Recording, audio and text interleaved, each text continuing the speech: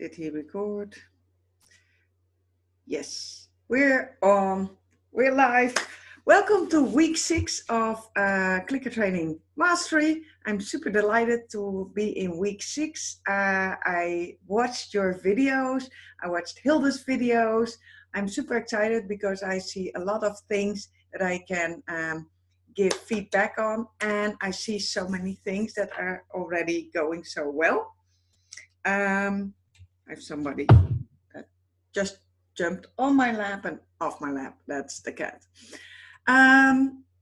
So this is what we're going to do today. We're talking a little bit about the homework from last week, case studies, and then I will talk about reinforcers, primary reinforcers, secondary reinforcers, so that you have like more tools than just food to reinforce with, and then Q&A and homework, just like every other week. So Caro, tell me, did you pay attention to your reinforcement schedules? And what reinforcement schedules did you use for already trained behaviors, and how did it go? So thanks. I noticed that when I want to train absolute new behavior, I use I think it's called consistent reinforcement. Continuous, that's 100% click and treat for every. Yeah, that's good. Yeah, that's how it's supposed to be. Yeah. Oh, great. And when I'm asking for a thing, maybe it's called old behaviors, for example, I use a lot of the variable reinforcement. Yeah. And is that then the variable ratio? So you just or the variable or the interval? Oh, the variable ratio, of course. Then the first one. Yeah. Yeah. Yeah. Good. Do you also notice that you get like that your horse stays eager to learn, and that he's like, yeah? It's I noticed a big difference, because when I didn't click for every try, just for example the first, the third, then the second, or the fourth and the fifth, and so on, she didn't really know when I click and treat, so she is a little bit more motivated, and she tries more to get the click and the treat. So it was like a little bit of a motivation push. Yeah, it was interesting to watch. Yeah, and that's the way you can fade out clicks, because in a while you don't want to click at all for that behavior anymore. You still want to reinforce it once in a while, but you don't want to become dependent on the clicker. So we talked about how to do that like in previous weeks, and today I will tell you a little bit more about different kinds of reinforcers as well. But that's good, because, and that's, I found that was for me a really hard part, to fade out the click and to do that deliberately. And in the beginning it feels like, maybe to me it felt unfair, like, oh, what I'm doing, I'm breaking the promise of click is treat, and every try is worth a click. But I did do it, and successfully, because my horses stay engaged and they stay eager to learn. And that's one of the things that you can measure if you're doing the right thing. Because if you, with a continuous ratio schedule, like every attempt for that behavior will be clicked and reinforced. That's what you see people doing under saddle. They they don't have the proper foundation, then they start clicker training in the saddle, and then they get less and less behavior, because studies have proven that if you keep clicking and reinforcing, you just get less motivation, because, and it's like, yeah, a canter for just one pallet. And they will know, they make deliberate decisions about that. But if they, and so that's why a variable ratio schedule is so good, because they do the same thing. There's like, I think I'll get something or not? Maybe, so I'll better try. Oh, it didn't work. Let's try a little bit harder. And then you can really see, and it is hard, and especially also to fade it out, because we are also very much animals of habit. We're so used, click and treat, click and treat, click and treat, da, da, da, da, da. But, and that's, in the beginning, I would, like I said last week, in the beginning, I wouldn't, I don't tell new people right away. In the beginning, I just like every attempt, because if you start too soon with drawing the click, with holding the click, and you start too soon on a variable ratio, then the horse gets insecure, because it's like, I don't know what to do. I did a click, I got a click, and now I don't, you know what? Never mind. And then you get horses that are also not engaged because they're too insecure. Yeah. What you did, or what you said just a few minutes before, that you felt guilty or unfair.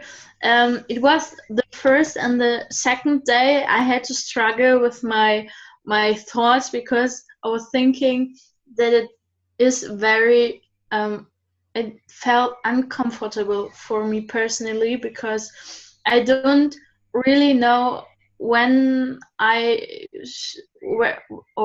when I get to the point where I can choose from the continuous reinforcement to the variation.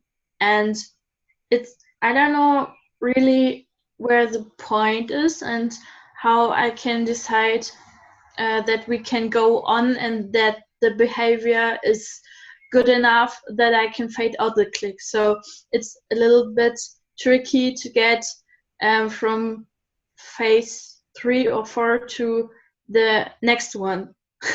It is a super good question, because the thing is, you don't know until you do it. That's the scary part. You don't know until you do it. But what I have found is I start moving away from a continuous reinforcement schedule as soon as I get a certain level of quality of the behavior. Like, for instance, key lesson mat training, as soon as the horse knows how to step confidently on the mat, if I see that the horse knows it's 2 feet on the mat, if I have a cue installed. So basically, once you have a cue installed, and then because then it's already a start, because if the horse offers to do it spontaneously, you don't click, because you already trained yourself, only if I cue step on the mat, then you can click. So that's already the first step. So you have already done it, only you were maybe not very conscious that you've done it, but you've done it. And it feels difficult, because you cannot really predict what will happen. So that's where, because it's an animal, it's a living being, and you are a living being, so there's so much variation, like the time of the day, how you feel, everything. And see it as a fun experiment. Let's see what happens if. Sometimes you can also because if you withhold the click for a little bit longer, then you usually get also more duration or better quality. So then you can click. But you're right. It is hard to know when you're ready. But in general, when I'm ready, is when you start getting it under stimulus control. When you know your horse is confident, if you say step on the mat, he knows what to do. It's not like, does she mean that thing? Does it mean 1 foot or 2 feet? Or, you say step on the mat and Fix goes to the mat. Da, da, da, da, da. Yeah. And that's when you can start a variable ratio schedule. Like sometimes you do click, sometimes you don't. And also, because the click is really the marker, like this is what you did well. When the behavior is established, sometimes I skip the click and I just say well done and I give a treat, because then it's more like you don't really pinpoint something, because that's what the clicker is for. It's like that scalpel that chisel that you really make. But now just the treat or the reinforcement is like for the general thing, the whole thing, and they will understand it. And if they don't understand it, then you go back to using a clicker. So that's one thing that you can do. And you just have to try it out and give them confidence, because what you also can do is give them, yeah, you have questions? Sorry, no, it was itchy. Oh.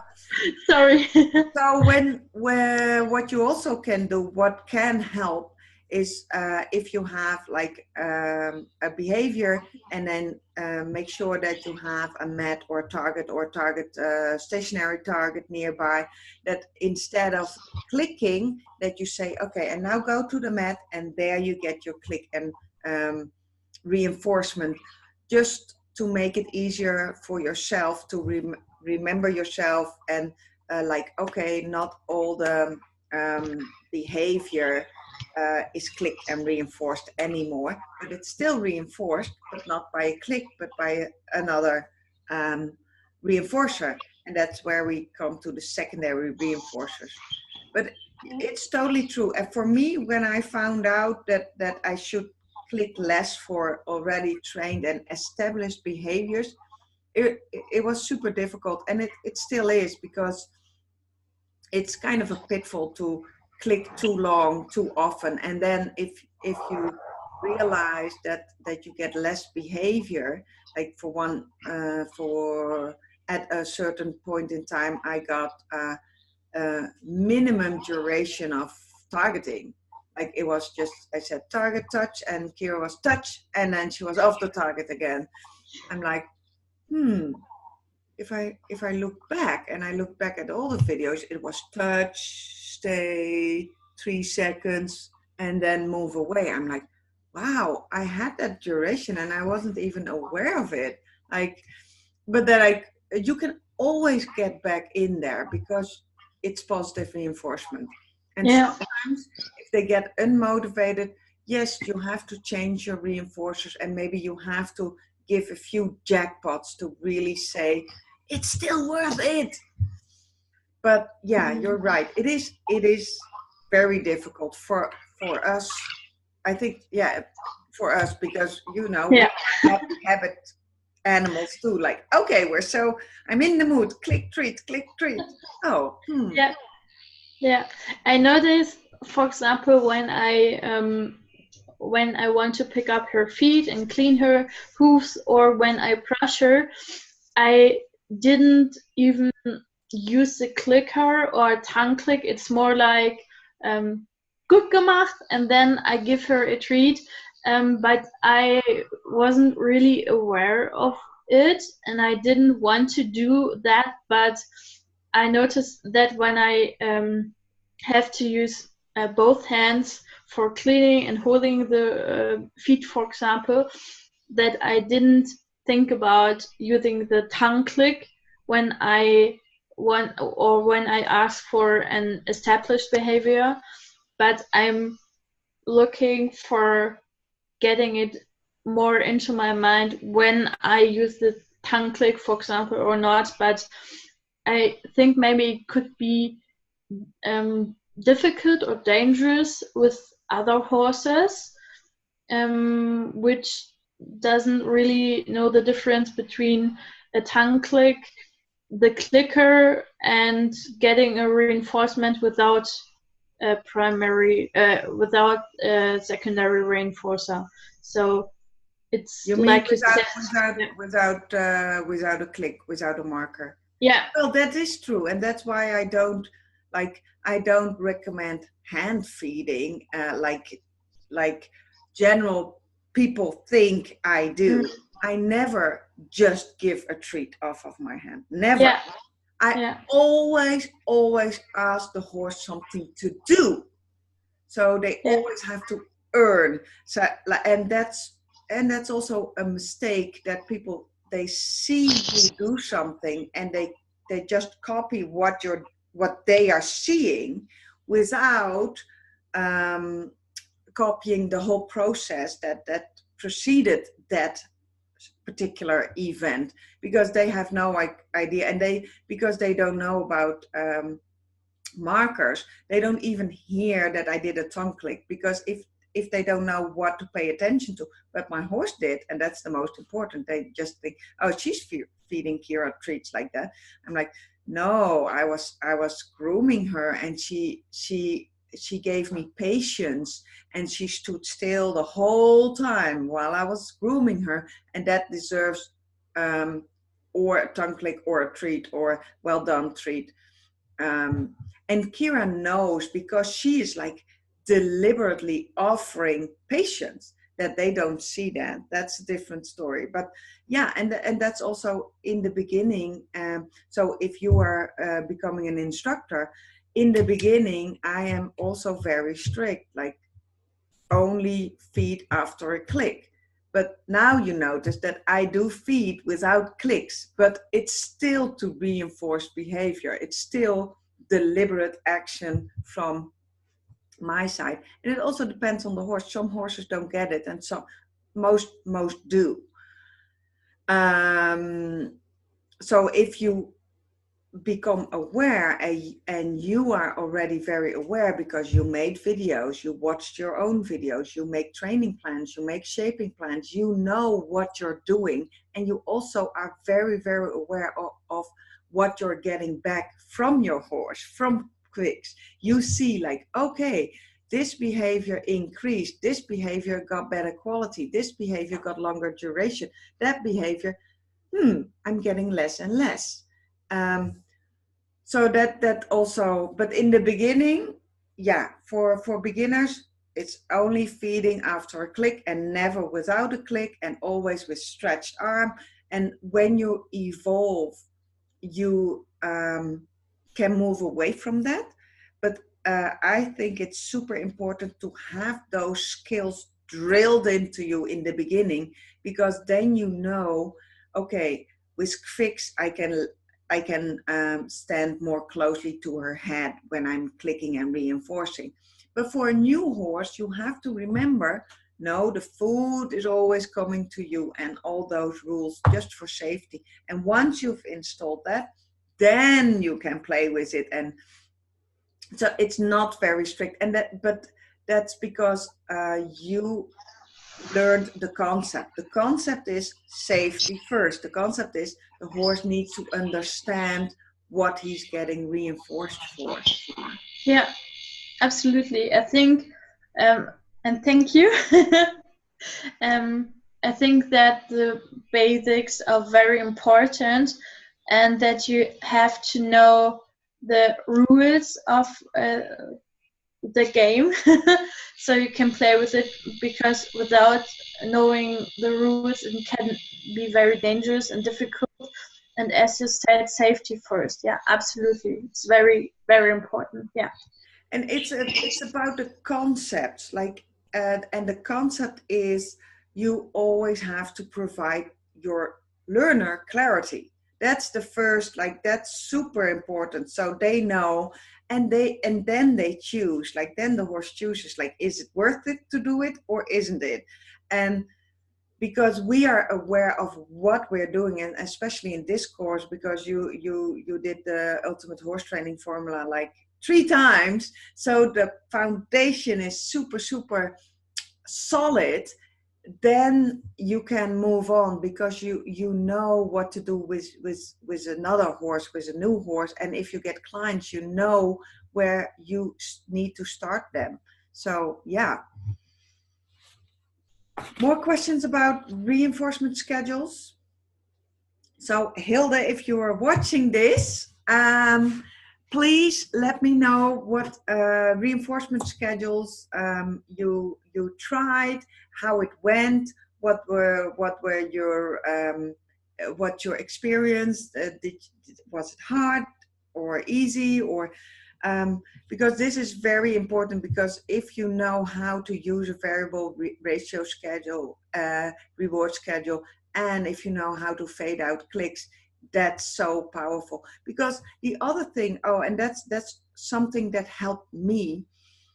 If you click and reinforce and go from a continuous reinforcement schedule to a variable ratio schedule, it's also, don't forget, you already installed a habit that is connected to something super pleasurable. So you don't have to reinforce it, because the behavior in itself probably became reinforcing. Like in the beginning, you don't have kids yet, but when you do, you will notice that brushing their teeth is not something they like in the beginning. So what I did with Leon, I took him on my lap and I always sang a song. So he exactly know that this thing is as long as the song is. So he got a lot of clarity even before he could speak. And he got a lot of reinforcement because he loved being on my lap, and I gave him time to get adjusted. And now the whole brushing teeth, it's just something pleasurable. So just the habit, and we all have like those kinds of habits. So think about it. What is a habit that you trained yourself to do, and that became like pleasurable because you got compliment, like walking, and you get places. So yes, it's still reinforcing. But so it also, the trained behaviors is, and that's also a focus, trained behaviors need to become habits. Like, I don't know why I'm doing this, but yeah, apparently it was reinforcing. We all have like also like our own habits, just that we don't even think about. And it's like, yeah, probably it was reinforcing in the past, so I'm still doing it and I don't even know why. And that's where you get those clicker trained horses that think, yeah, haltering, yeah, it's no big deal, I don't know why, but it makes me feel good if I get a halter, because yeah, then you go do the fun stuff and you go places and you get treats, and they don't remember every time they got it, but still the halter, I mean, something good. The opposite is also true. Like, we all know horses that are head shy, halter shy, bridle shy. They have exactly the opposite. They connected the halter or the bridle to something unpleasurable. So they want to avoid it. And so if you can understand that it becomes a pleasurable habit, that it makes it easier to go on a variable ratio schedule. Case studies. I would like to look at watch the videos.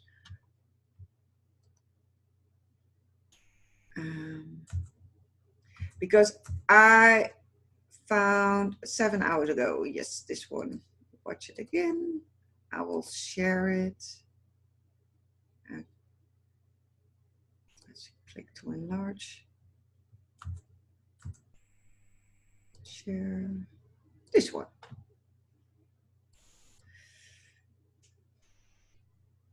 I found you very brave that you let in that piece in the beginning where Fix was not happy about what you're doing.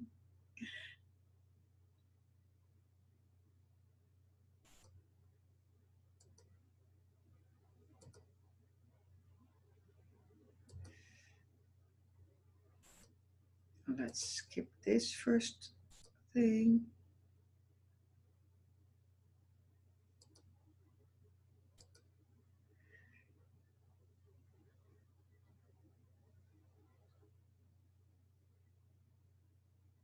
Here, and because here you have like she went backwards and you kept spraying, and that's totally normal because that's all the traditional things that we have taught. Don't give up, we're the boss, da da da da da. And I found it so brave that you left this clip in because this is your learning point and you did learn it. So I was super excited when you changed your, good morning, Hilde, when you changed your approach to something that was way, way better. So thank you for letting this piece in because it was super, and again, she really steps back and she even says, no, I don't want it. But she comes back to you. So she really like, yeah. Hi, Hilda, we're just watching videos.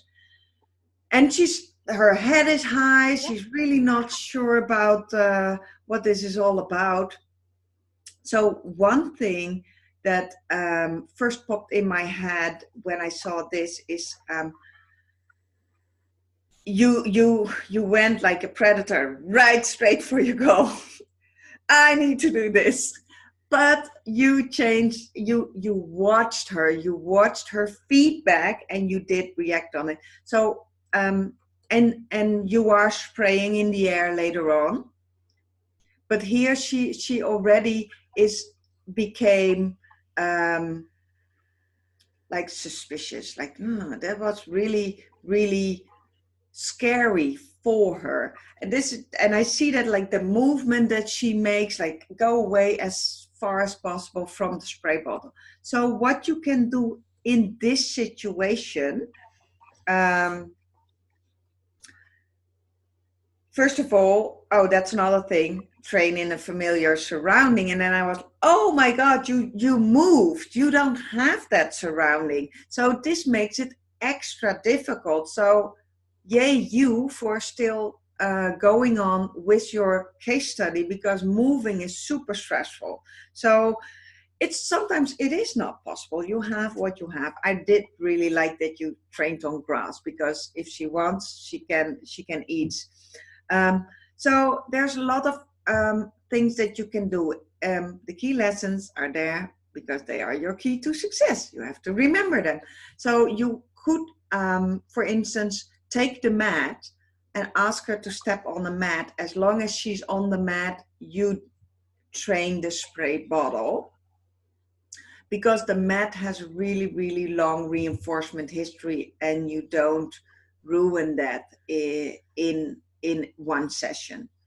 Well, I think you can, but you won't, and I'm certain of that.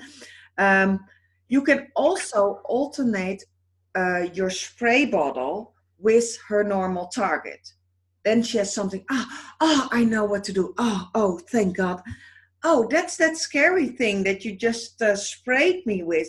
But this was easy. Maybe this is also easy. Let's try it. And then you reinforce that, and you don't have to click and treat for touching the target, but touching the normal target can bring calmness, confidence, bring her heart rate down, relaxes her.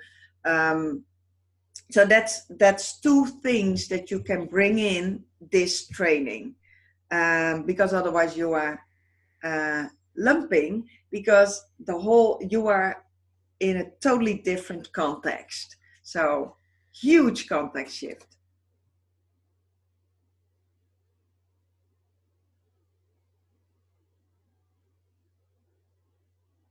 So if they are nervous like this, she was still chewing. So what you also can do is not offering it. This is really good because now you walk away and she still decides to come with you. So this is really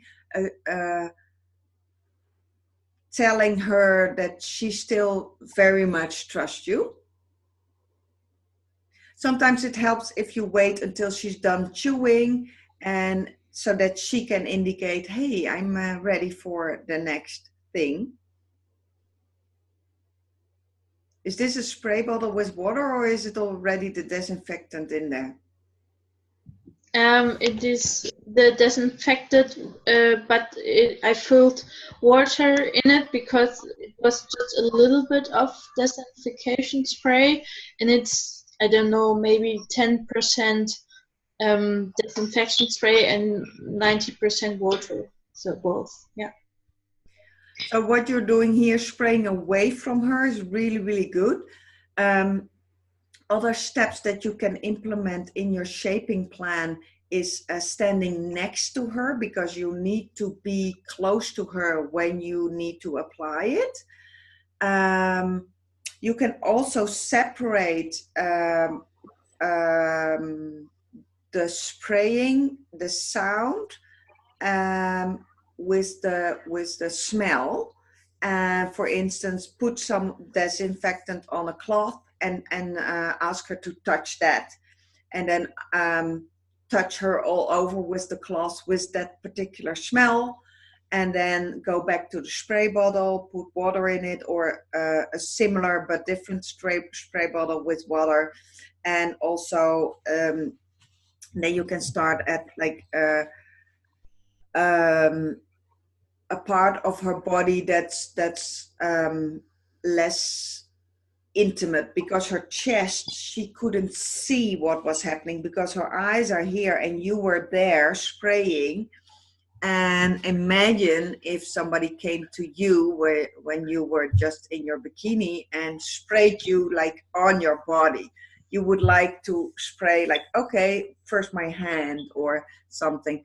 For horses, I have noticed that like the shoulder, they really are like handle a lot more on the shoulder, the wither, or their hips or their bum, not really under the tail, but like the barrel, like their rib cage is also sensitive, and like their chest is sensitive, of course their head, and sometimes they are very sensitive about their legs also. I think she would be more comfortable. Hi, Hilda. With getting the spray on her hips, because she often, we had two sessions, a little bit of hip targeting this week, and she was looking around her. She was looking at me like, "What are you doing there?" And I think this would be more. This would be better, yeah. Yeah, so you can use a mat, you can use a target, just to give her the confidence and give her something from home, you know, because this is such a big context shift. And then you can also stand next to her and asking to target with body parts if she's already familiar with it, so that you can ask her, you go with your head towards the bottle instead of me coming with the bottle in your face, and then start like where she is already. Would you recommend to combine a familiar target or a familiar body target with the initial signal, or how it is called, what you recommended last week? So I could combine something from home, something familiar, with targeting the bottle as a permission to spray. Yeah, that's like different. It's different techniques basically. So you don't have to combine everything. You can also say, okay, every time you touch the bottle, I'm going to spray. So that becomes something.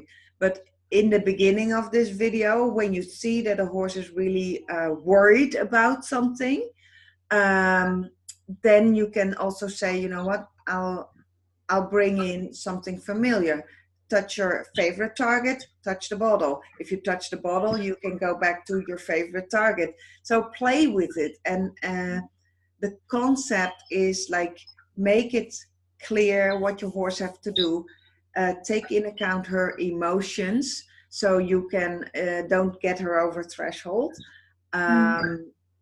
You were doing such a good job by listening to her, and that's why it turned out so great. But I think advice is also for next time, next horse, next situation. Like, oh, this is what you also can do, because you handled it really, really well. But I wanted to show how she reacts on the spray bottle, but I think I was a little bit too motivated, so I was like a predator for her, like you said, because normally she just went 1 or 2 steps back, and I was like threatening her. And it's a little to rewatch the video again shows that I'm totally flashed that she didn't move away, that she was stepping back, but that she didn't left the situation. And that's so, I think that's maybe because we have positive reinforcement history, and this is maybe you have a bond with her. She trusts you, and that's why she doesn't walk away. So this is your training paying off. And you know what, just flip it to the positive, like, because this happened, and I know having a camera there will make you do things that you maybe not have done without the camera. Let's be honest, we all want to, like, oh, let's do this, I'll have to do it. And then we are so focused that we are focused on what we want to do, and we literally cannot see what the feedback is that we get. But you know, now you have this on video. This would make a perfect clip, like, this is how she was, and this is how it became, because then you have a before and after. And that's the thing that all the people out there need to see. Like, oh yeah, my horse, if I sees the spray bottle, oh, he's gone. Oh, this is very similar. This horse is also like, yeah, walking away. And if you can narrate that and tell the viewer, like the people that watch the video, look, that she is really walking away. She doesn't like this, you see. And she's also very subtle about it. But she's still saying, I'm scared. Yeah, totally. Yeah, thanks. So yeah, this is the good thing. And I admire that you left that in there, because this is a learning point, and this is something that we can all learn from. And it's good, you know, it doesn't matter that if we make mistakes, because that's the whole process of learning, is only mistakes, until we learned the lesson. That's it. That's failing forward, said somebody again. And we are taking leaps, and this is amazing. So yeah. Yeah, it's like at school or at university. Yeah. Learning point. Yeah, absolutely. Yeah. Any questions about your case study? Hilde, yeah, you're up. Yeah, I made it. Yeah, you made it. Yeah. Tell me about your case study, because you said, I'm feeling stuck, help. I feel like I haven't gone any further, that I'm not sure she understands that she's supposed to walk outside the cones. Yeah, I think that's it. That's it. Yeah. So I get a little frustrated because I see at my movies that I never do what I think I do. I always do more with my arms and yeah, everything. Uh, it's never what I see in my head. So oh, I'm a bit disappointed. Yeah. You fell away, but I heard disappointed. Yeah, I get disappointed in myself because I see in the movies that what I do is it's not what I think I do. I use my body, my arms, and I'm pointing, and I do so much. Yeah. That's totally fine because that's what we are all doing in the beginning, and that's what you're supposed to do in the beginning. So you are not at chapter 20 yet. You're No. at chapter 2 with this thing, and you chose this because it seemed almost impossible. And you're doing it. You're doing it. So, but I totally agree. If you feel stuck, you get frustrated, and then the only thing that you can see is what's going wrong. So I want to flip that and watch a video and see how you can help yourself, because all the information is in there. Remember the story about teaching your kids how to walk to school? That if you hold their hand and never telling them where to go, and just holding their hand, then they don't remember, they don't memorize the route they have to take. And I think for Shakira, because you're a really good horse mom, you are doing too much. You are doing it's hard, and I said it before, and it's not really to set her up for failure, but it's more to give her the space, and that can feel very, very scary because you don't want her to make mistakes, but give her the space to figure out what it is she needs to do in order to get reinforcement. And the only way is to set it up for success. So yes, we have to make it a little bit smaller, but we will go on until you nailed it. I promise you. Even if it takes like 5 more weeks, I'm just not letting you off the hook here. No, and you will get it, because I'm so certain you will get it, and it will go faster. But now you're at the bottom, but rock bottom, you can only go up, right? I feel like if I would look back to the movies in the beginning and now they would look the same. They're not. I feel like it. They're not the same. Yeah. Let's see. Okay. There are a few videos of you. This one is where you said you felt stuck. So I think it's really good that you took the target stick. But what I would suggest you to do, because now it's a little bit in Shakira as well. Shakira's now thinking, oh, it's a target stick I have to focus on. And I think that if you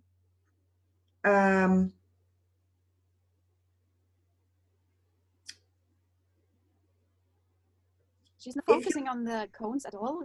She steps on them and they're just something in the way. Yeah, and sometimes it really feels that that they don't get it, but they really do get it. Let's see if I can.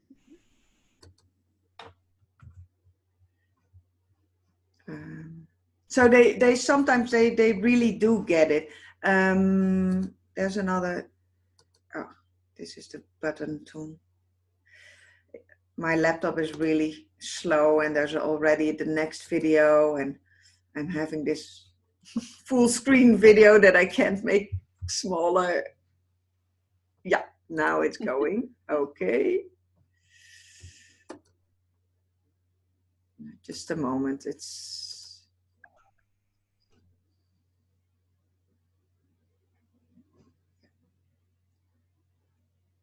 My laptop is having a hard time doing everything at the same time.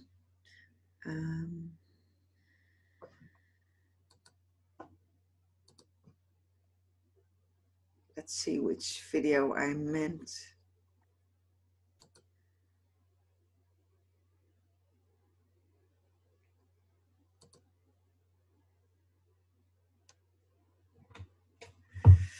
Okay, I'm back in the group.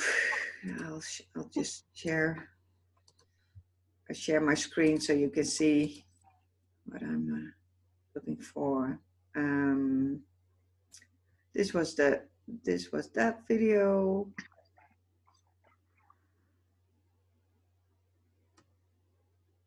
I think it's this video. Yeah, I let her miss sometimes. I thought maybe she understands then if she doesn't get click when she's on the inside. Yeah, I would definitely make her go back and then click. Oh, you missed one? First, okay. I thought I had the same thing, but that I would just like let it go, don't click. Going around the cone gets clicks and not clicked, but she always has to go around the cone. Like that's like non-negotiable. You have to go around the cone. What? Can you see the video? Yes. Okay, I think it's this one because. There she misses. So here you point. Look this! Wow! Did you see that? That was so great. That I was so like amazed you did this, and she really stepped outside. So that's what you can use. Use that. Yeah. Now, woo! And this is such a great. This was excellent because you pointed, you use already established behavior to help you create the next behavior. Like you pointed, she stepped outward, she really yielded. You click at the cone, you feed after the cone. Perfect. Yeah. This is what you need to do more.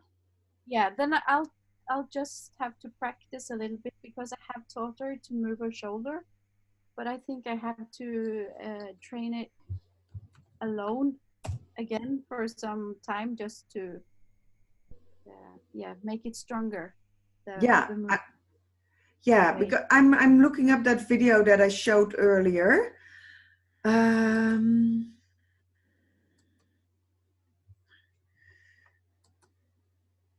I think I have to go in my channel, because it's not a video that is public. How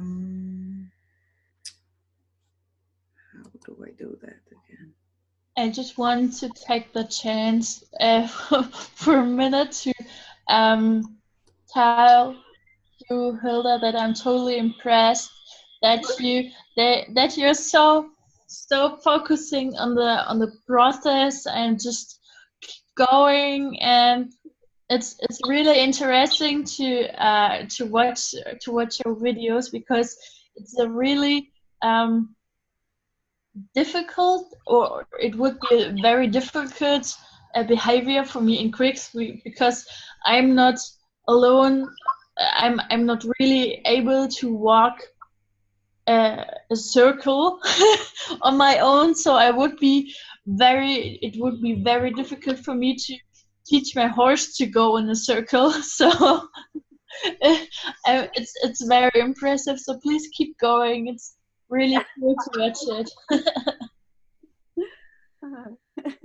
You are improving very much, and I think it's just, if you are stuck, you cannot see it.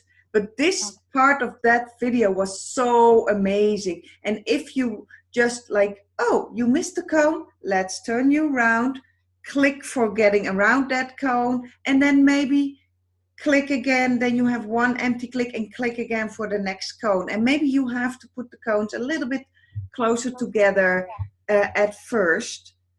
I will. And I will also show you a little video of Lucas because he's a star. So Shakira is a star too, because you can learn so much from this. So yeah, because he just learns it without me having any trouble. but that's because it is in you, right? That's just I think this might help you. This is where you separate the click for, I think this is the video I mean. La la la la la. Don't do this at home. Warning. Warning, yeah.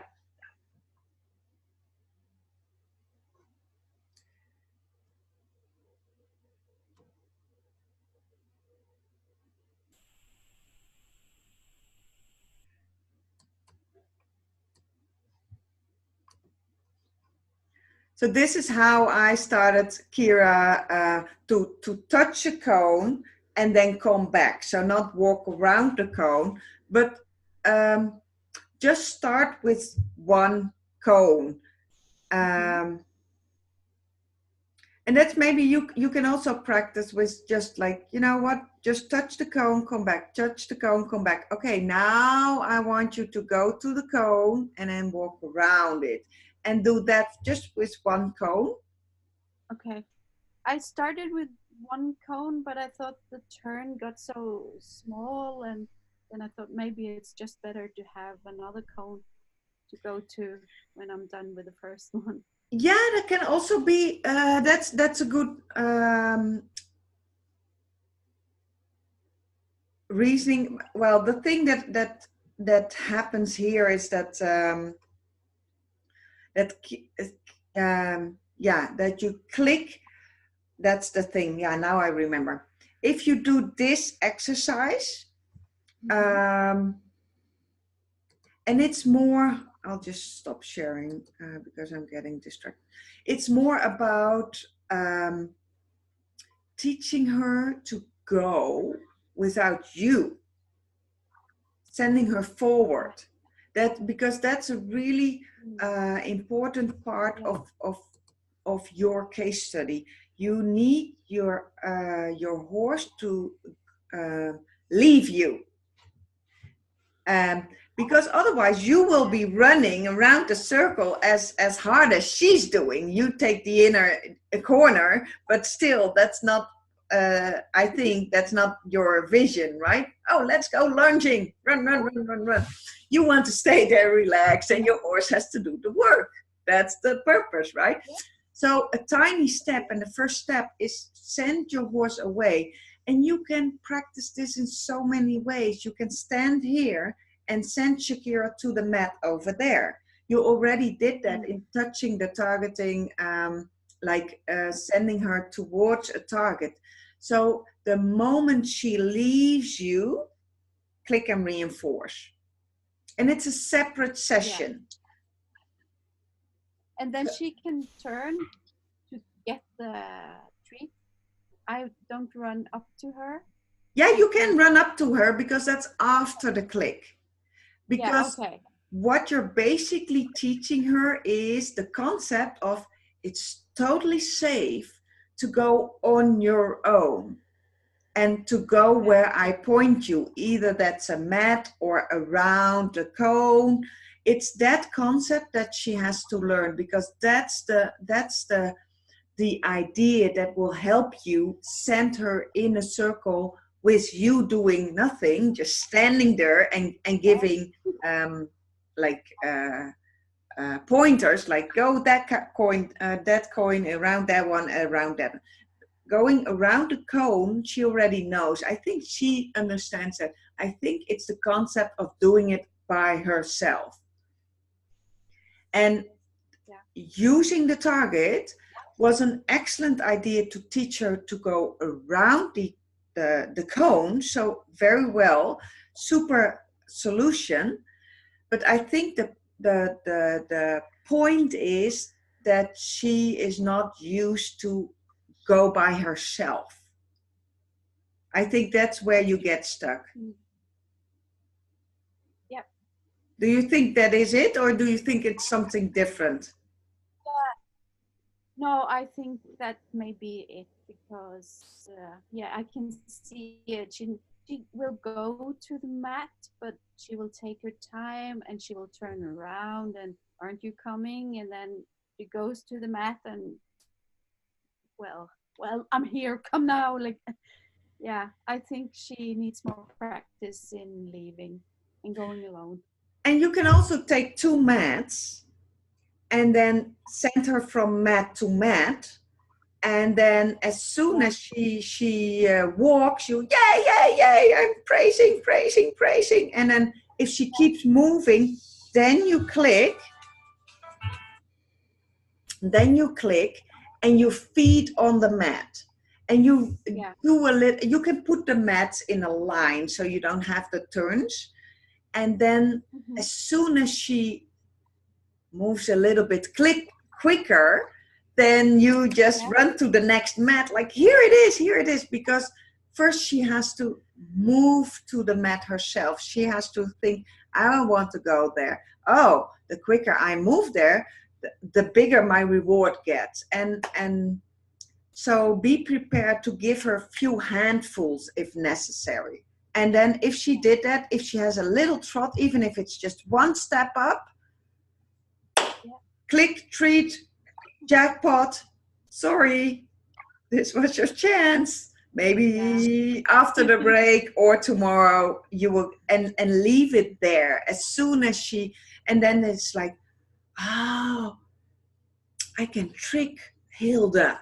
I just pretend to do a little trot. I don't have to trot for hours, because maybe that's what she's afraid of. Like, oh, if I do this, I have to trot for 10 minutes or 5 minutes. And then for that pallet, no, because they are great predictors. They're great predictors because we don't even know what habits we have. They know us better than we know ourselves. Like,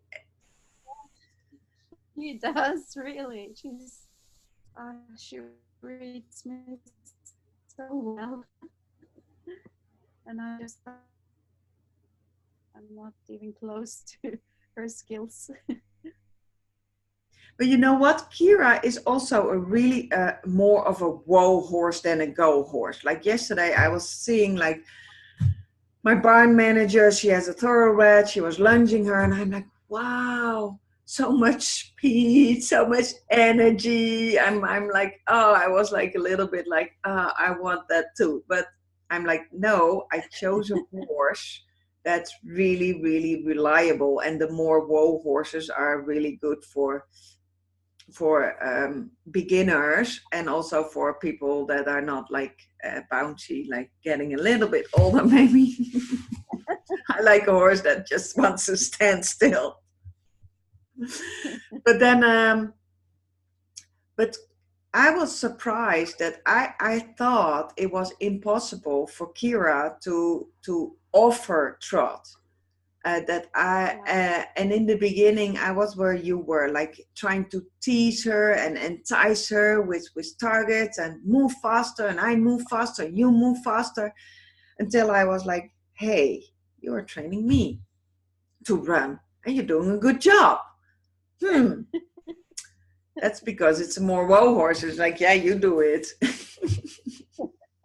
And I was so satisfied with the littles, and until I was playing with mats and put a little jump in there, and then I clicked for the jump and I fed on the mat, but she needed to move forward. And then I was like, okay, I'm only clicking the trots. And then I started, I'm only a whole week, whatever we did, if it was trotting, I would click it.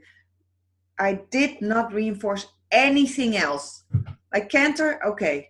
No, she didn't do canter, but I would have clicked for canter, to be honest. But are you walking to the mat? Well done. Praise, praise, praise. Are you trotting? Click, jackpot. They will find out, okay, if I trot, I get a jackpot and lesson stops. It's totally worth it. I'll do that.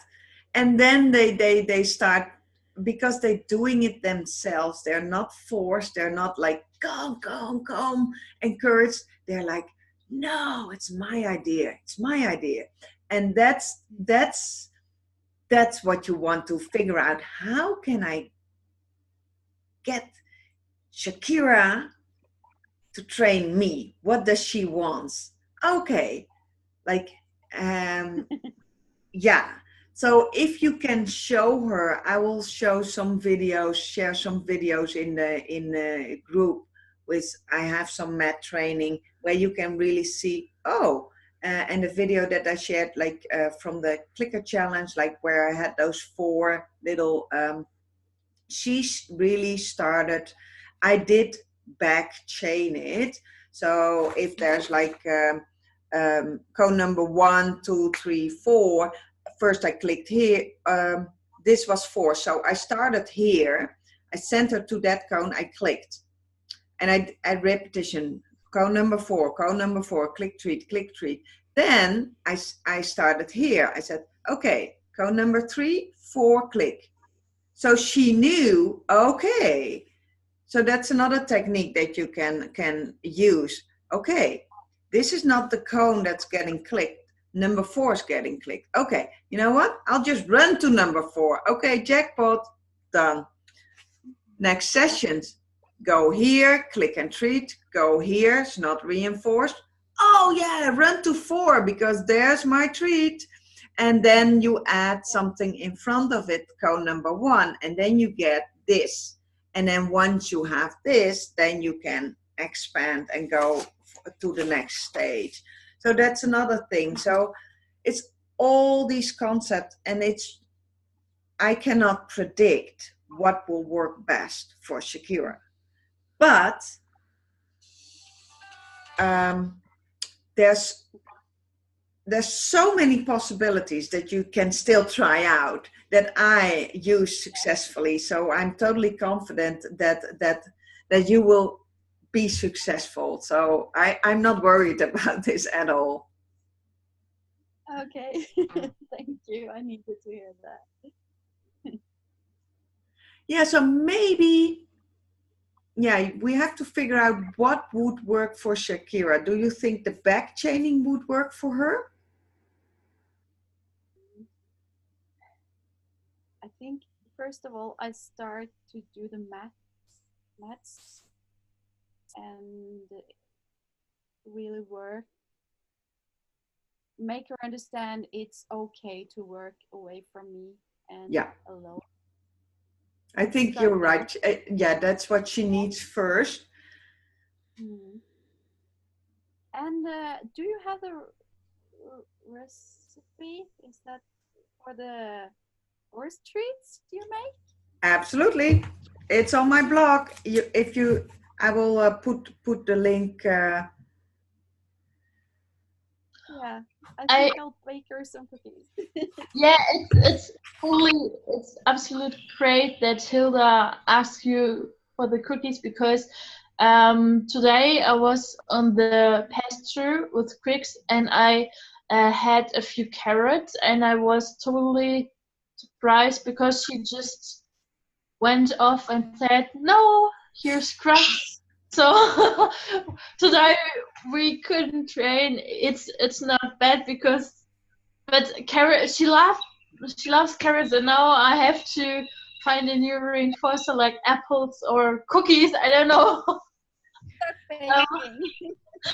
Yeah, the recipe is really simple. It's cookies and no, it's not. It's rice, and you can also use brown rice, flaxseed. You can also use like make it into a powder, so you can put it in your coffee grinder, or do it like whole seed. The whole seed makes it more crunchier. Then a little bit of flour, and what I basically do is lots of cinnamon, because they love it, and it's also good. Cinnamon is also good for inflammation, so it's also a healthy spice. But for us, if somebody comes in my house, oh, this smells so good, well, try it. There's no sugar in it, because I don't. In the original recipe, there's molasses in it, but it was too sticky and it's not good for a Kira, so I just left it out. And sometimes I just do turmeric in there, because that's also good, and she likes those too. Yeah. So I'll have to try that. yeah, and I the other day I was making them, and in the beginning it took me really long time just to make them, the dough and stuff like that. And now I have found ways to just do it da da da da da. Then you put it on a baking sheet and with a rolling pin, and no sticky hands anymore, and it goes so fast. And you put it in the oven on a low temperature, so sometimes it to make them really crunchy, it takes like 2 hours in the oven, or maybe up to 3. But sometimes I bake them shorter, and I have like this thing that to dry foods like apples and stuff like that, dehydrator, a food dehydrator I have. So you can also put them in the food dehydrator once they're baked, and then leave them there for 12 hours. But yeah, I will do that. Okay, perfect. Any more questions? Oh, Hilde, Shakira will do so great. I can already envisioning her like cantering around that circle, like, look at me, look at me. Well, then I'll just drop down fainted in the middle. I think if she started cantering there, I would, wow. Oh, if she does that, jackpot, end of session, let's go grazing, let's do something really, really, really fun. Yeah. It's, you will get it done. Okay, that was case studies, and today we're going to talk about the primary reinforcers and secondary reinforcers. Did that, oh, do I, let's share it so you can see it too, what I am doing. Ha. Okay, let's move this a little bit. Yeah. This is for Caro. Techniques to improve your husbandry skills. Technique of giving your horse a heads up, like before you push that button to spray, say something about alert or let up, something, a verbal heads up, like warning signal. Now I'm gonna do it, because it's proven that if they get a signal, they can cope better with whatever it is. Last week I showed a little picture of a rat in a Skinner box. They were on an electrical grid, and they had also lamps, little signals. And if the lamp went on and then they got a shock, those rats were way less stressed than when they didn't get a warning, like, oh, you're getting a light electrical shock. Really an aversive thing. So if they get a warning signal, it's so much easier to cope for them. So for you, especially because those husbandry skills, especially if you really you're working with, you want to make an aversive, an appetitive almost, or at least a neutral. So you're kind of counter conditioning, like the spray, the eye ointment, whatever you have to do is aversive, because that's why they don't want you to do it. So in training, keep sessions short, and also if there's an emergency and you have to use a spray can or wash out a wound with cold water or something else that doesn't feel good, keep the sessions short, give lots of breaks. you can teach your horse, we already talked about that, like an allow treatment signal. Like if you touch the bottle, okay, I will push the button and you can see the spray. You can also do the open bar, closed bar technique. Did I explain that last week? Okay. You can use this technique, for instance, if you want to teach your horse to touch his legs, if you have a horse that doesn't want to be touched. You have to be with two people. You can also use it for is the farrier there. Basically, the open bar is, the buffet is open and treats. And as long as the horse is eating and getting treats, you stroke, for instance, their leg, or you treat the wound. But as soon as the horse retreats and says, okay, I need a break, totally allowed, but the bar closes. No more eating until you're ready. So you give them all the power and they get something in return because they get a lot of appetitives for it, and be generous.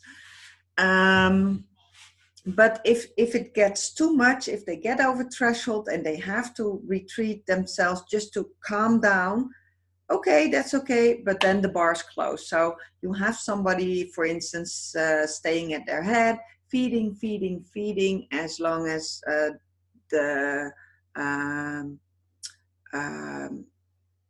if the horse gets an injection, if the vet's there, and you don't have other techniques in that moment, like feed. Also with horses that are not as good with the farrier, feed as long as they have their hoof in the air, and then if they pull back, stop feeding. So they really connect it and they link it. So those are 4 things that you can try out and implement in your case study. Questions? This is techniques to improve at liberty work. This is for Hilda. Be predictable. There was something else because now it looks like, be predictable. In the context that she will get the treat at the cone, for instance, at cone number 4. So the predictability is back chaining. If you go to cone number 4, there's your treat. So we practice that, repeat that. But also let the horse do the thinking. So don't walk with her. We already talked about that too. Then you also can play with reinforcement schedules. But for now, if you are working on the concept of teaching Shakira to walk without you, to walk on her own, to go away from you, have that on a continuous reinforcement schedule. Every time she walks away from you, click and treat. And whatever happens after the click, it's okay to walk toward her. Because at liberty, you want to click and that they stand still there where you clicked, and then you move towards her to give her the treat, and then you go back to your place and say carry on and play with that. But I think the principle of you bringing the food is really, so click, stand still, I bring you the food, is important because you don't want to create, because the click is a cue, click, run towards me, because then you have to send them away. And what you want is for her to stay on the circle. So if you can click and she stays on the circle and you bring the food and then you go back to your place and she carries on from where she is, then it makes it easier to make that smaller and smaller until it is faded out. And really use high reinforcers for increased speed. So either like hands full that she really knows the difference, like, oh, I went a little bit faster.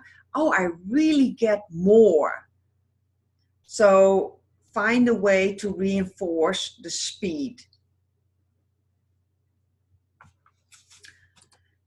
And then I would like you to write a report about your case study.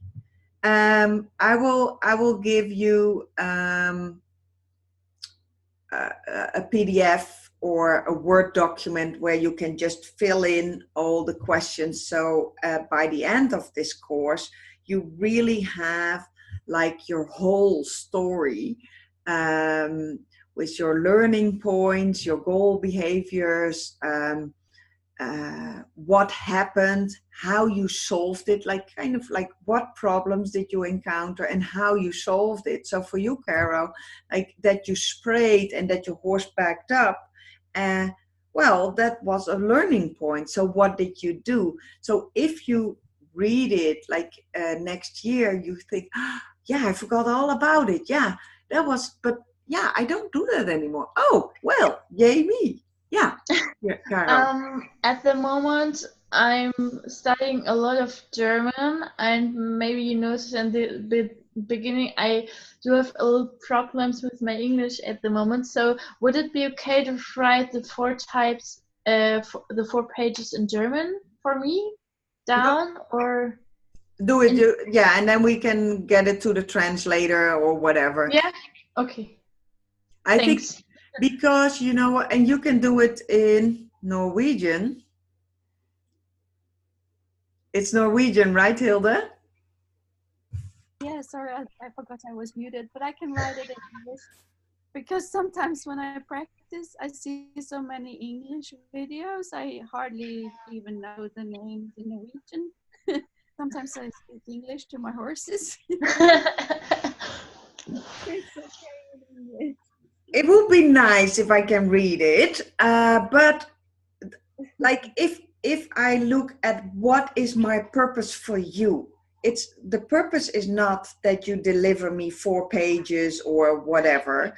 That's not the purpose. The purpose is to make you really, really aware of how you set it up, what happened, because we all encounter problems, because that's the thing, how we solved it, how we moved on, what techniques did we apply, how it worked out in this situation, because the same techniques that worked in this case study maybe not give you results in the next, and vice versa. So the purpose of writing this report is to become more and more aware of the whole process. Like, where did I start? What was I thinking when I chose this case study? What was, did I think I could do it, or was I not sure? Or like, you know, all those things, because I want you to have this so you can read it back whenever you feel stuck next time and think, oh my God, I was really stuck in this case study. But you know what? I moved on. I found a solution, because there's always, always, always a solution. So that's the purpose. So if you would, if you write it, especially in the beginning, if you start in your own language, totally fine. But I'm really curious, so I do want to know what it's all about, if it's readable. I'm pretty okay with German, so that's fine. I'm not so good with Norwegian, so English. I will try it in English. Yeah. So you can make a draft, like with all the knowledge you already have right now. So the goal behaviors, your building blocks, and other previous trained behaviors. Because if you become aware of all the already trained behaviors that you use to create a whole new behavior, then will become more easier if you have like the next big goal, like, oh, I'm gonna separate that in separate building blocks. Oh, this looks very much like key lesson so and so. Oh, this looks very much like the case study I did before. Oh, this looks like this. Oh, maybe I can set it up that the horse is reminded that it looks like the trailer or looks like this or is similar. So you can use the concepts to make yourself give clarity. So you're starting, yeah? I can read a little bit of German too, so try. Could you read, do you understand German as well, Sandra? Yes, it's the level of school German, so it's not, but German, and I have the same with Swedish, and I don't think Norwegian, but Swedish is more, if I pronounce it out loud, it sounds similar, and then you can guess, but you don't really understand fully a text. Well, my German is better than my Swedish. Swedish is more like, oh, it sounds like this, so I probably, but I can read a book in German and understand it. Wow. So in my English, it's like the level of school English. I understand every word you said, but it's for me it's sometimes a little bit difficult to find the right words in English. And now I have to write an essay for my university in the at my study in philosophy in English, about 6 pages, and it will be so much work. But yeah, it will be very. And I want to learn more Dutch, and Swedish, because I hear so many people talk that the languages are so interesting, so I have to learn them more. Yeah. So in the case study report, I really find it important to think back about your starting point, because once we are in training, it's like the goal is always the horizon. That's really a pitfall. And if we go back to the starting point and just almost in meditation, like, what was I feeling? Did I really think it was hard, or did I think I could do it? Or did I know? Did I have an idea, or did I have not an idea? Because usually you don't have any clue about the problems that you will encounter, because that's the thing. Oh, I wrote it down. Look how beautiful it looks. And then I go to Kira, and Kira's like, no, okay. I envisioned that totally different, And it's good to realize that your shaping plan is sometimes completely different if you ask your horse's opinion. Your horse is like, no, I need this first. I need that first, And it's so good to realize that it's good to start on paper, but the practice is what the next step is. And then you go back to the paper, and then go back to the drawing board, to your horse, back and forth and back and forth. And that's how you go further. That's your process. And I would love to hear, like, what's your progress? How did you progress? And how did you do it? What were your things that you encountered? And also the progress, like, what if you still have your training journal, like, what did we do in the first week? What happened in the second week? What happened in the third week? Because if you kind of make a little story, write it down in a story, like what happened, or just very short, whatever feels good to you, the purpose is, if you read this back in a few years, that you think, oh, I had huge problems. I got stuck. I got unstuck. This is what got me unstuck. That's what I want, because then you can use this for whatever you're going to train in the future, because I love you so much, but I really want you to be autonomous. I want you to understand the concepts so that even if I'm not there, that you can figure it out, because you know you have all these techniques. For future training, what would you do different next time you want to train this behavior in another horse? You probably want to start where you were successful this time, but maybe that doesn't work for that other horse.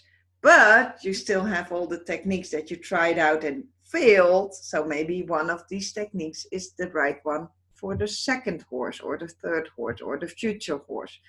And especially for Hilda, because she's so fortunate, she has another horse. Lucas will totally be different.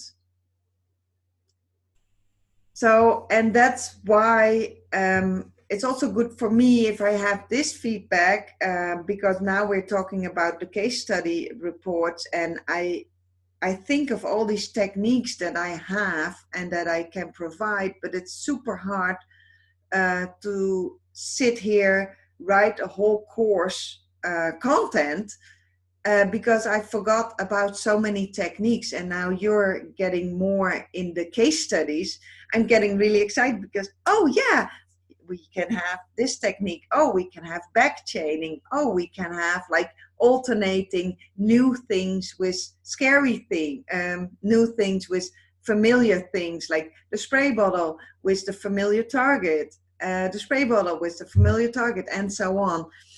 So that is really what excites me about doing this course, because yeah, it was all in my head, but I need your feedback as much as you need your horse's feedback to improve. And then learning, and this is all the things that I've written it out, and I'll send you the Word, so you can type it in the Word document right away. I think that's the easiest. So what's your biggest aha moment? And maybe you don't have that yet. Maybe you do, but if you have one, write it down, and maybe there's another one in 2 weeks. How you feeling about the results you got in only 5 weeks? Well, don't forget, Hilda, you felt stuck and frustrated, and it's okay to write that down, because it's also very important to realize, yes, you feel rock bottom. And you have to trust the process, and you have to trust the techniques, because they will work. But sometimes you have to mix and match. But I'm totally confident that you have all the skills to become successful. I've no doubt about it. But it's good to write it down. I'm really feeling shit today. And I'm really frustrated. And I hope now you're feeling much better. But we tend to forget this all the time. And the next time we think, oh, I feel so frustrated. I think I never felt so frustrated before. And it happens to me too, because with the belly lift of Kira, the crunches, I'm like, I have to trust that I can teach her the wither lift. So I went and studied all the anatomy and the biomechanica and all the techniques I have, and I'm trying and I'm trying and I'm trying, and I will succeed. But because I've never done it before, it's scary, because I don't know when, I don't know what the next steps will look like. Only if I'm doing the next step, then I'm a step further, but I don't know what it looks like. And that's really scary. So it's good to realize that this is a normal feeling in learning. We feel frustrated, we feel fearful, we feel like, I don't know if I ever gonna do it. But the thing is, keep going, keep going, keep going. If it doesn't work, try something out, because you have so many techniques now. But it's good to realize this is happening in the learning process. And then the next time you can, it's easier to get over that. And feel more confident. Okay, I'm feeling frustrated. What do I do? Okay, see where I'm getting stuck. Try something else.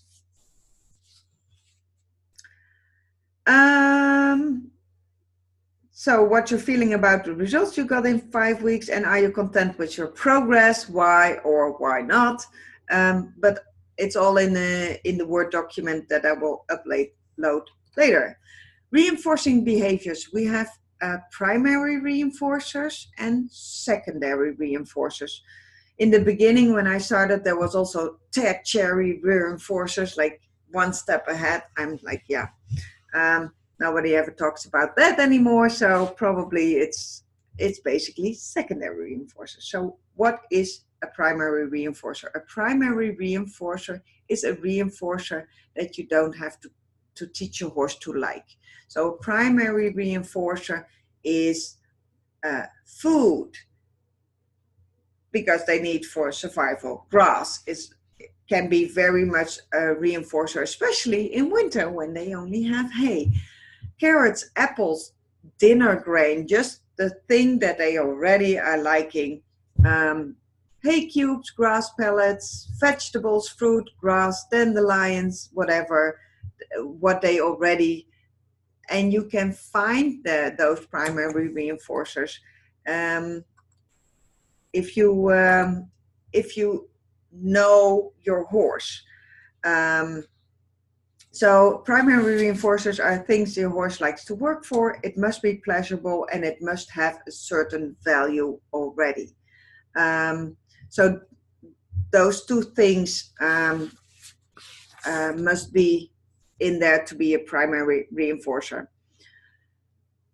So you don't have to teach a horse to eat whatever they are eating. They are already doing it and they like it.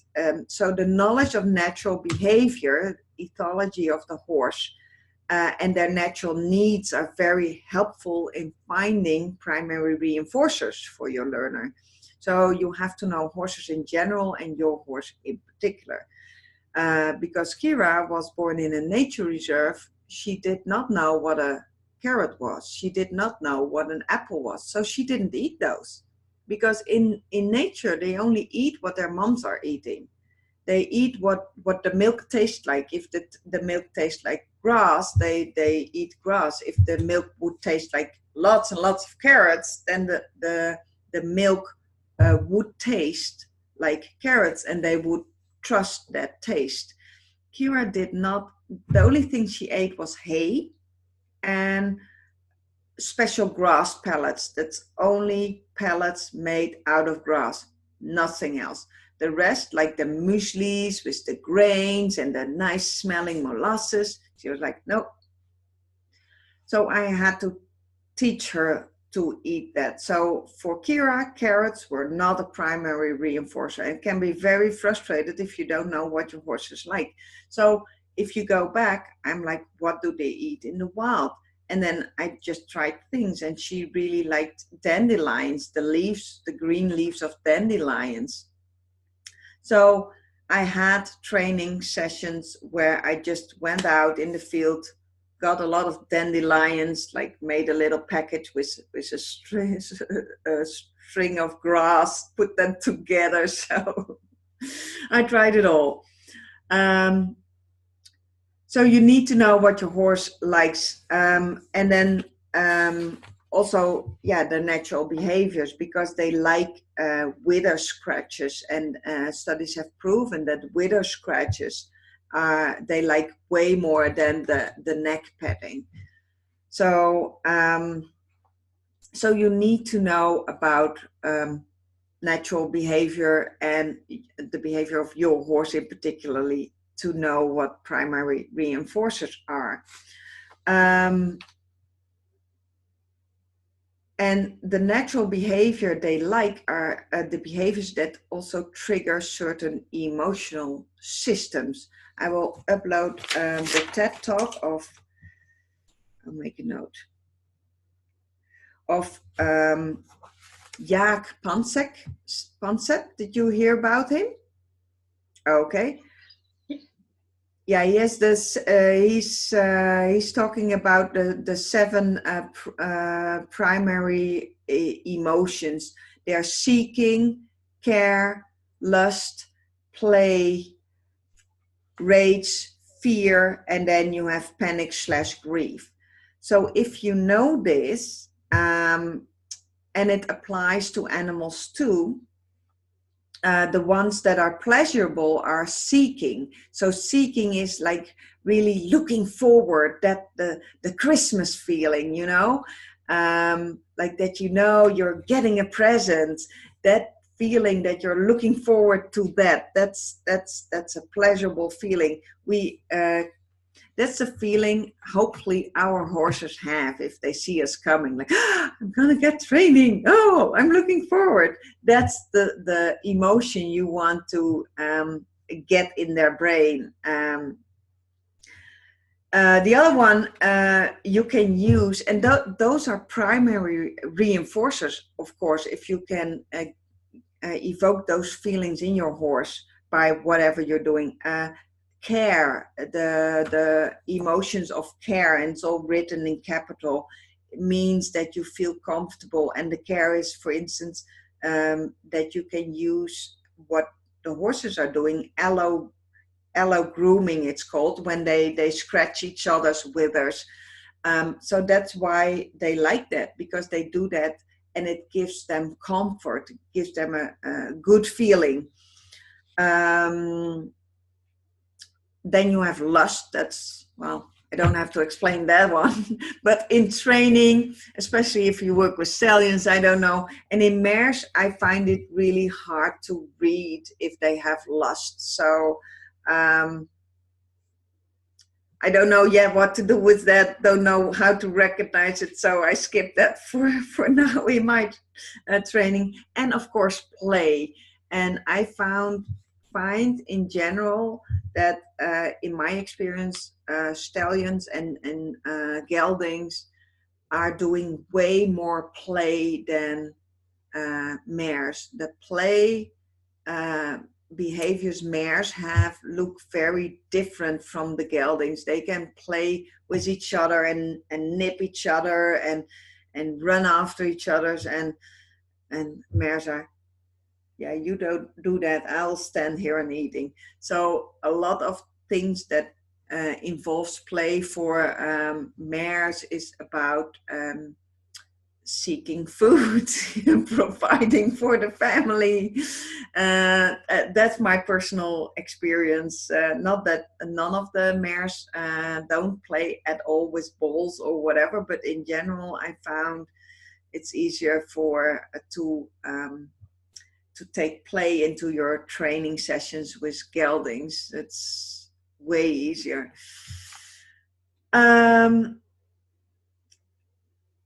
So that's primary reinforcers. If you know how to can evoke those pleasurable things like seeking, care, lust, and play into your training, that's a good one.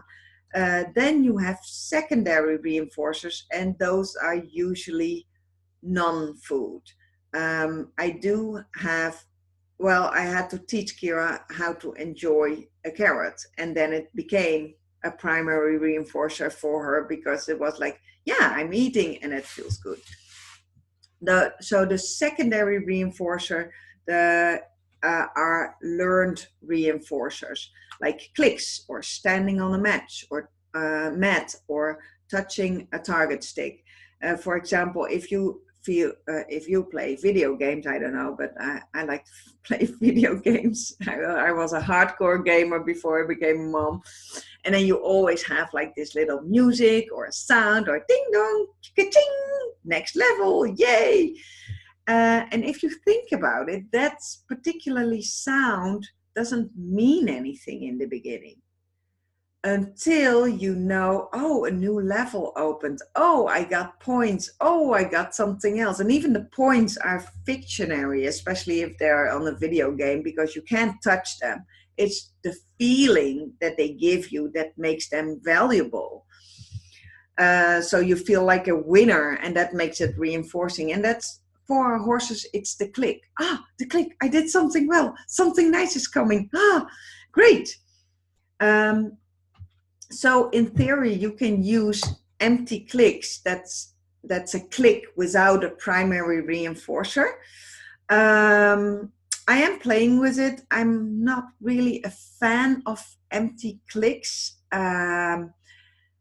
because I'm always worried that it will. I like the clarity, especially for the clicks, because I need my clicks for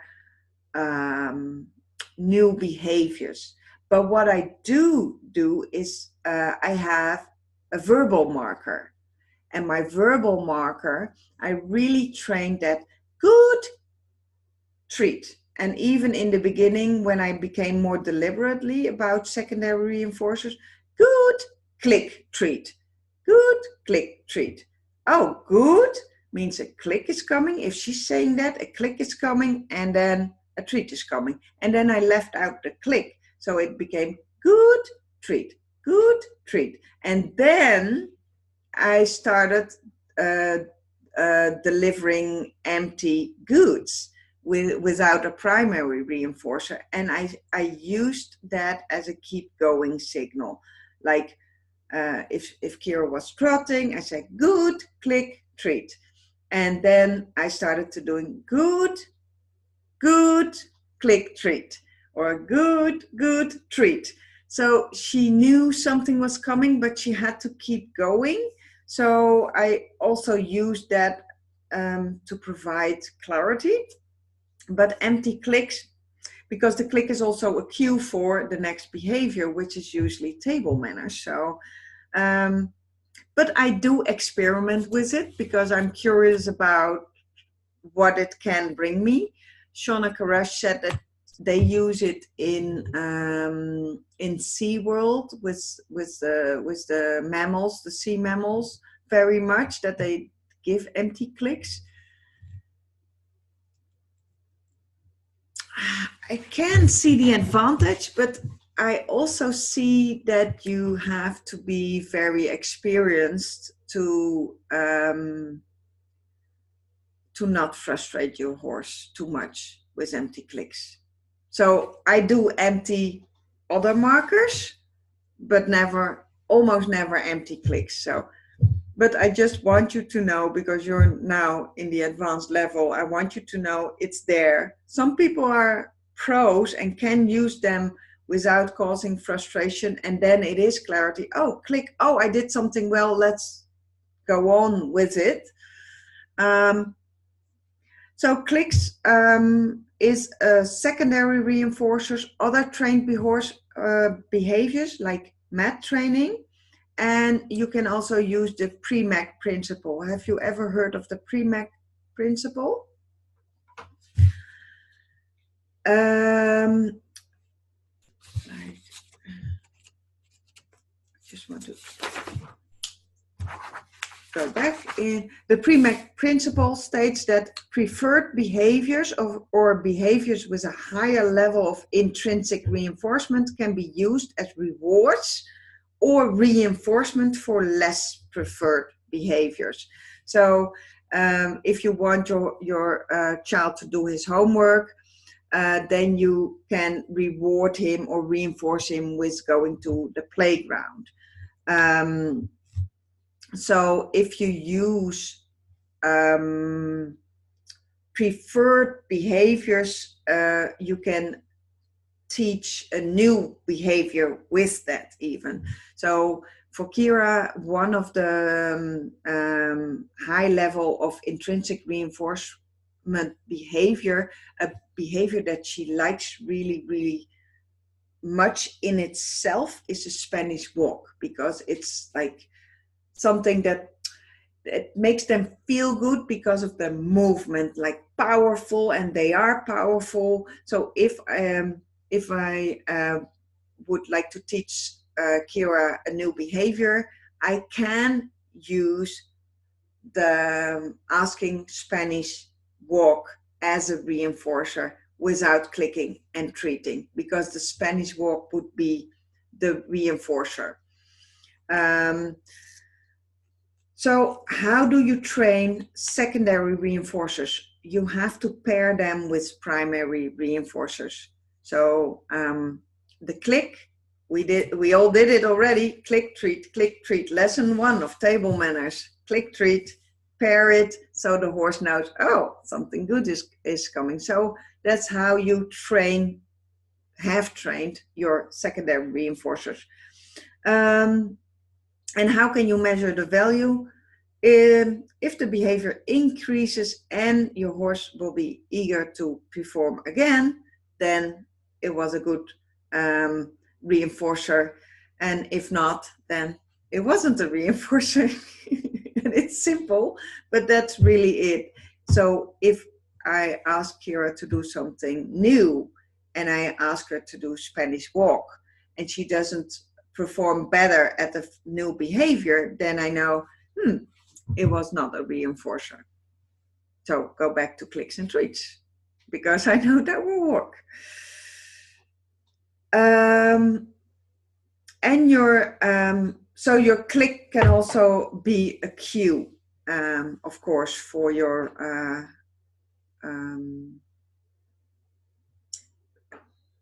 next behavior. So that's the whole ABC of training: and antecedent, behavior, consequence. So that's something about the secondary and primary reinforcers. If you start using primary reinforcers, if you go from the continuous reinforcement schedule. In the beginning, click is treat. The slightest try will be reinforced with a click and a treat. And then you put in the cue and you put behavior under stimulus control, and then you fade out the clicks. If that's really, really hard because you feel like you're breaking the contract, you can reinforce with a secondary reinforcer. So if your horse touches the spray bottle, now you can stand on the mat, because the mat gives that really good feeling because it became a pleasurable habit. So you have to play with it and try it out, how it works. Any questions? Homework. Work on your case study and start on your case study report. I will upload the things that I would like you to answer in the report. You don't get a mark for it. It must be reinforcing in itself, because after that you have such a valuable tool in your hands that will hopefully, like every time you get stuck, you look at your report and think, oh yeah, I was stuck in that too. Oh, I totally forgot. I know what to do. Well, the reinforcement schedules you were using and what effect do they have? That was last week's. I didn't. Oh, and this is week 5. I didn't make that. I didn't replace that. Busted. I didn't replace that Tia. So Q&A team time. I do have a question, because a few minutes ago you talked about the lust emotion in mares, and Quix is at the moment very in this emotional system. Because before we moved to our new stable, the old stable, she was in a little herd with one mare and with one gelding, but the mare and the gelding were over 20 years old, and she doesn't want to impress the gelding. And when we moved to the new stable, she's in a herd with 3 other mares, and I don't know the English word for her emotional system at the moment. Rosse? Oh, she's in heat, probably. Yeah, Yeah. yeah, exactly. Yeah, she's at heat, and today I tried a little bit of training. I told you, and she was very uncomfortable with body targeting, and then she left because the cross was more reinforcing than my treats were. So maybe I I will change the reinforcer, but does anybody have tips how to clicker train a horse which is in heat? Because this is the first time she's all in, and yeah, so I'm a little bit struggling, maybe giving her time to let it sink in, and to just give her a little break, or maybe just trying a little bit of uh, body targeting in areas she's comfortable with. I don't know. Maybe you have some tips. Well, I think she became in heat, and really like a strong heat, because it's spring, days are longer, and she moved. I think for mares it's a way, because if you're in heat and you're in a strange herd, I've seen it before that mares go in heat immediately, and I think it's a natural um, mechanism to get accepted, even though the other ones are mares too. That's not backed up with science, but that's what I see from experience. I've even seen mares become in heat in midwinter because they moved. The second thing is some mares become very touchy about special, because they're extra sensitive. So I would just suggest give it time, a few days or a week, it depends on the situation, and find other things. Like the eye target will probably be as good, but like everything that to do with her hindquarters, maybe she Yeah. can overreact with it. So I would just safety first and give her. She moved. You moved too. It's your life is upside down. You are not your calm self as usual. I assume you have also on top of that very busy study, so there's a lot of things that's going on for you too. So don't push through it. Mm. Accept the process, and if you can be in the moment, you will get out of that moment sooner. um, Hilda, do you have tips about this? You have a mare. I have, but she's so old. I really Okay. not had a problem since I left the school where she was stable before. There she used to, I thought she was in heat all the times because she was surrounded by other horses. But I never really felt any difference in how I treat her. So I never really had a problem. I'm lucky there. Thanks. Yeah, I was thinking about, as Sandra said, a little bit of maybe head body targets, and because at the moment she's very sensitive on her belly and everything on her hindquarters, so maybe we just can train a little bit of eye target, chin target, ear target. I don't know, maybe like this. Yeah. Yeah, and do fun stuff as well. Because the days you are not training because of this, um, the results will get paid later on. Like if you give her time now, it will pay off. Your patience will pay off, and it doesn't feel like that because you're in the middle. Same if you're in the middle of frustration or stuck, you can't see it. But trust me, it will. She is settling in. You are settling in. It's totally normal. Don't feel rushed, because like the video of your eye target with her is so deliberate. Like, you know, you did already so much. Thank you. But I'm not really frustrated because I know.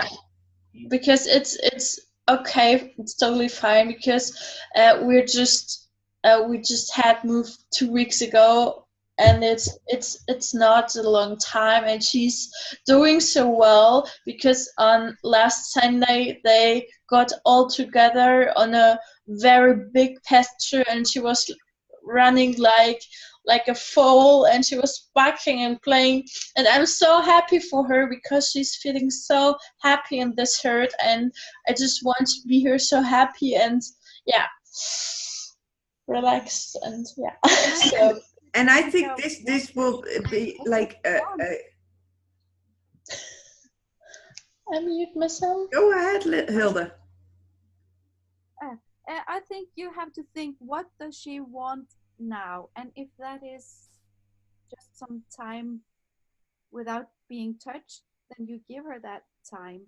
I had a male dog once, and I was training him obedience, and I was stuffing sausages in his mouth, and they went out on the side because there was a female dog in heat there. And what am I going to do? There's no brain left. And then I realized, oh, if he can sniff the ground for 2 seconds, he's happy. And he worked like a hero. And I realized that's what he really wants now. And if she really wants just to leave, well, you can be there and just see, what does she want? Does she want to be with you, or does she want you to touch you, or does she want to be a little bit alone, and you show her that you respect her and understand that she, yeah, thanks. Yeah, sometime. Yeah, perfect words. Yeah. Yes, thank you, Hilda. Yeah, you're so right. Like, yeah, and it's good because you learn to know more about Kvix, how she can be, because in her old stable she probably wasn't this much in heat, or no. And I think that's because she moved. But it's good to know that she can have a bigger reaction, because then you're prepared for the next time that she has to move, if it's necessary, and then you learn something about her, and then give her time. And then, why would you bother her if it's such a big issue? And then at the same time thinking in the future already, because that's what I do as a clicker training. Like, this is the information, this is the feedback, how can I handle it next time, or have a plan for in the future. What you can do is make a note of the areas where she is extra sensible right now, just by trying it out. Yeah. And then leave it, but keep in mind, okay, once she's out of heat, once she feels comfortable, I will pay a little bit extra attention to touching those areas and reinforcing that she stands still, so you can work on that. And then the next time you're better prepared. Well, first of all, you were warned because you couldn't foresee this, and then second of all, you have put some training in there, and also know every click you do is contributing to. If you need to touch her, she will probably allow it because you build up this bond.